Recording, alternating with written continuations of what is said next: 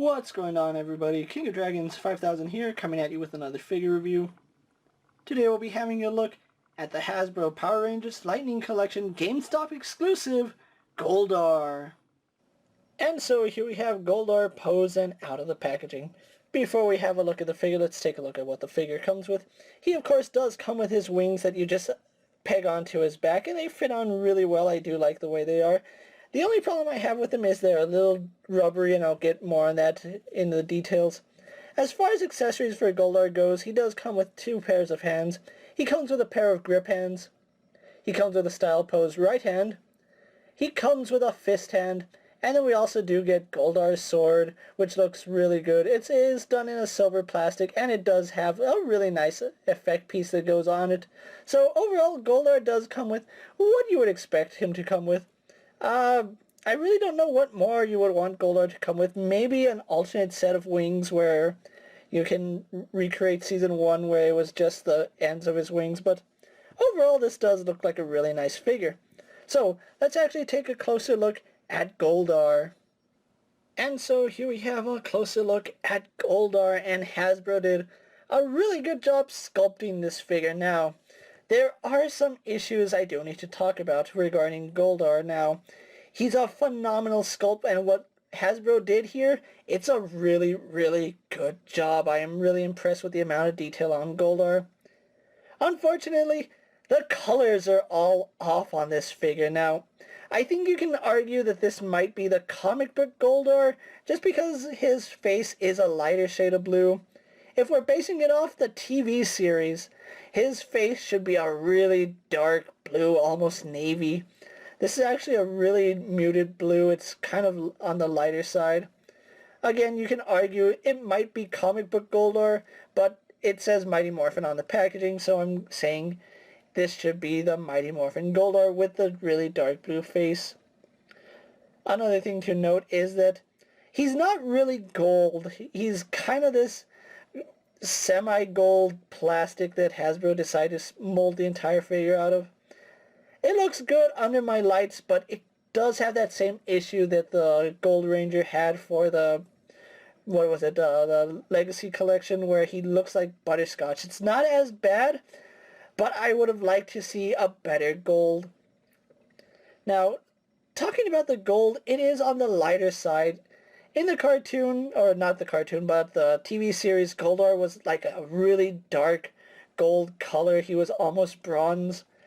He's really bright here, and again, I'm going to make the argument that this could possibly be comic book Goldar, just because how bright all his colors are.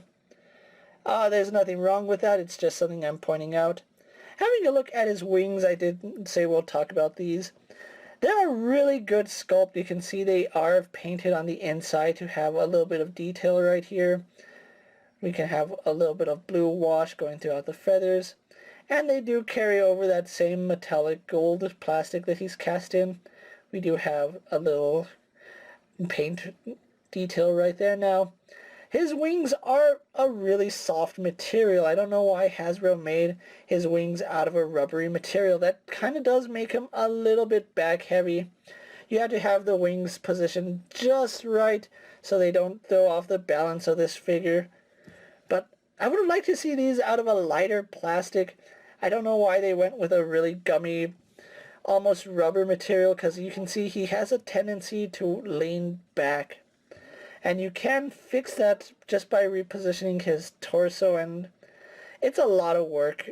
But I am glad that they were able to give us Goldar. So what we have here is a really beautiful sculpted piece. Now, like I said, he could use somewhat of a dark gold wash. I would have liked to see maybe a bronze color going all around him. We do have a little bit of metallic gold paint throughout the figure in random spots. We have it right here on his plates, on his codpiece, right here in his abdomen, his ribs, his shoulder pad.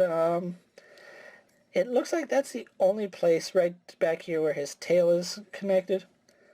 I would have liked to see more of that throughout the figure.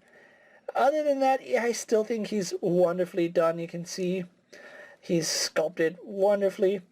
The red on him, again, it's really bright. In the TV series, it was a really, really dark blood red, so throwing out the argument that this could be comic Goldar. Looking at his tail, they did a really good job sculpting his tail. It does come back, goes around, connects right here, and then down. And surprisingly, it is a separate piece. It's not just molded flushly to his armor, so good job on Hasbro for that. Taking a look at his armor, you can see, because he is just in this marbleized plastic, it does lose some of the detail, and you can see it looks like he has worn parts on his armor. I would have liked to see these really done well with the bronze or gold wash. I might end up doing that myself, but we'll see. But just a beautifully sculpted figure. Just would have liked to see an actual Goldar, not Butterscotch Dar. But what do we have here? It's still a really nice figure. So what we're going to do now is compare him to other figures you may have in your collection. Here we have Goldar posed next to a Marvel Legends Cyclops and a DC Multiverse Superman. Here we have Goldar posed next to a WWE Elite Scale figure and a Mezco 1/12 Collective Popeye the Sailor Man. Here we have Goldar posed next to a Lightning Collection White Ranger and a Star Wars Black Series Mandalorian. And finally, here we have Goldar posed next to the Lightning Collection Lord Zed. So with the comparisons out of the way, let's actually have a look at Goldar's articulation. He does have a ball joint in the head. You can see he does have some up and down movement, which works okay. His hair does get in the way. This Manticore is really menacing. We do have some slight head tilt, but it does work.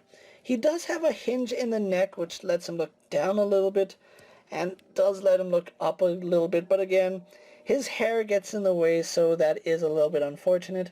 His arms are on butterfly joints, so they do move forward and back. They are a little bit hindered because of his chest plate, and I do like the fact that his chest plate is actually a rubber overlay. He actually has a torso underneath his armor, so I do like that little detail. If that armor wasn't there, we'd get a little bit more movement. Arms do a full 360, although they come up to about here and the armor does get in the way. And of course the wings will hinder some articulation. He does have a hinge which lets him go out to about that far, so we do get all the way out. He has a bicep swivel which works really well. Double bend in the elbow. Unfortunately, his armor does hinder it, so we only get 90 degrees even if you bend the bottom joint first. We do have a hinge in the wrist, which does go back a little bit, goes forward a little bit, and of course swivel, and they're all in and out hinges. We don't have an up and down hinge, unfortunately. His wings are on ball joints as well, so they do hinge in and out. They swivel up and down. I really don't like the fact that it's a rubbery, gummy plastic, because as you move it, you might end up tearing it from the joint here, so do be aware of that. His wings also do have a hinge that let him go out to about that far. They do swivel for some reason. I just don't understand why they swivel, but they do. We do have a really nice diaphragm joint right here on Goldar. You can see leans to the side really well. Love that joint. Does go back to about that far. Goes forward to about that far, so I do like that. And we do get rotation. We also do have a reverse ab crunch, which in conjunction with his ball joint goes back all the way, so I do like that. Goes forward about that far, and I do apologize for the train. So good articulation in the torso for Goldar. Hips do move forward to about right there, so they do go a pretty good distance. No back movement. They go out to about that far. Swivel at the thigh. We do have a double bend in the knee, which only goes up to there. We don't have a boot cut swivel, but we do have rotation at his ankle. We do have a really stiff hinge in his ankle, which does let him go back about that far. Doesn't go too far forward because of his armor sculpt, but we also do get rocker ankle on this figure. So overall, really impressed by what Hasbro showed with Goldar. So what we're going to do now is take a little break, get a post for my final thoughts, and then we'll wrap up this review. And so here we have the Hasbro Lightning Collection Goldar posed for my final thoughts. Overall, I really do love the way this figure came out. Although I am going to nitpick at the fact that he's not the right shade for the live action series. He does have somewhat the right color scheme for the comic book Power Rangers, so I'll take it as a win and say he goes in the comic book Power Rangers. Now, Goldar here is an exclusive Lightning Collection figure. He is only available at GameStop, which GameStop is charging $22.99 for this figure, which is a fair pricing. Is how most Lightning Collection figures do go anywhere from $19 all the way to $22.99 depending on your area. Goldar here is a really exceptional figure, and I did happen to find Goldar on the shelf at my local GameStop. I didn't need to pre-order him or anything. There was about 4 of them when I got there. So Goldar is going to be pretty easy to find. If you can't find him, he is available on the GameStop website for $22.99. So happy huntings, and hopefully you find Goldar. With that being said, guys, I'm KingofDragons 5000. Don't forget to like this video, leave a comment, subscribe to my channel. Go check out all my other action figure reviews, as well as all my other Power Ranger videos. Hopefully you find them informative. As always, if there's a figure you would like to see me review, let me know down in the comments, and if it fits in my collection, I'll definitely have a look at it.